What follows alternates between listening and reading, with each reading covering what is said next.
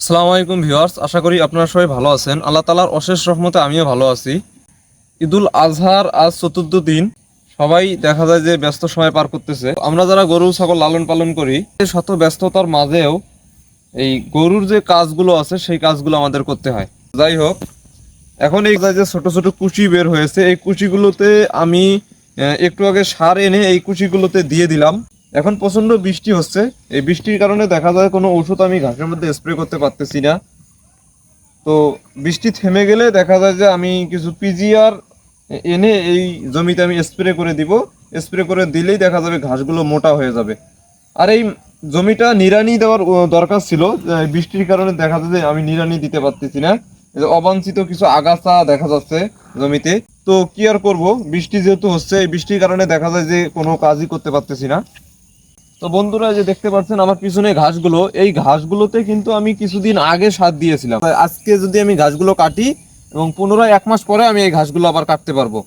এই ঘাসগুলো অতিরিক্ত খরা হলেও সমস্যা, আবার অতিরিক্ত বৃষ্টি হলেও সমস্যা। যেহেতু এই জমিটা একটু উঁচা জমি, কারো কারো দেখা যায় যে নিচু জমিতে ঘাস লাগায়, এই নিচু জমিতে ঘাস লাগানোর ফলে দেখা যায় ঘাস পচে যায় বা ঘাসগুলো নষ্ট হয়ে যায়। তো বন্ধুরা, এই যে একটি কথা বললাম যে ঘাস কিভাবে কাটতে হয়, অনেকেই কিন্তু এই বিষয়টা জানে না। দেখেন, আপনাদের দেখাই, এই যে ঘাসটা, এই এই যে থোপটা দেখেন, এখানে দেখা যায় যে 40 থেকে 50টার মতো কুশি এসেছে। এখানে দেখা যায় প্রায় 20 থেকে 30টা কুশি কিন্তু মোটা হয়ে যাবে, বাকিগুলো দেখা যায় যে চিকন বা নিচে পড়ে থাকবে, সেই কুশিগুলো ভালো হবে না।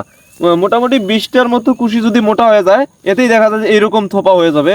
তো বন্ধুরা, আমি কিন্তু ঘাস কেটেছি মাত্র, দেখা যায় যে দেখেন, মাটি থেকে 2 ইঞ্চি উপরে, মাটি থেকে 2 ইঞ্চি উপরে কিন্তু ঘাসগুলো আমি কেটে নিয়েছি। এর ফলেই দেখা যায় যে এই ঘাসগুলো এত ভালো কুশি দিয়েছে বা এত ভালো থোপা ধরেছে ঘাসগুলো।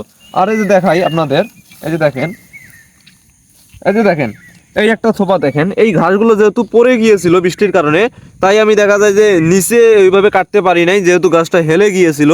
এই কারণে দেখা যায় উপরে কেটেছি। দেখেন, উপরে কাটার ফলে দেখেন যে এই দেখেন মাত্র কয়েকটা কুশি দিয়েছে। তো এটা আপনাদের একটা প্রমাণ আমি দেখিয়ে দিলাম। আপনারা সর্বদাই চেষ্টা করবেন ঘাসগুলো মাটি থেকে 2 ইঞ্চি উপরে কাটার।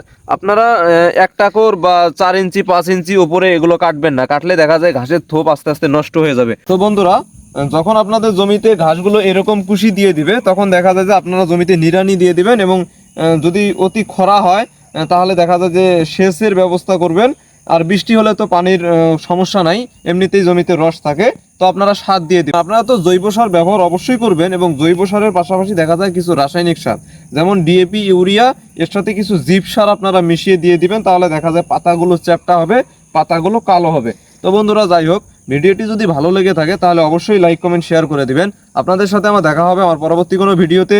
সেই পর্যন্ত আপনারা সবাই ভালো থাকবেন, সুস্থ থাকবেন। আল্লাহ হাফেজ।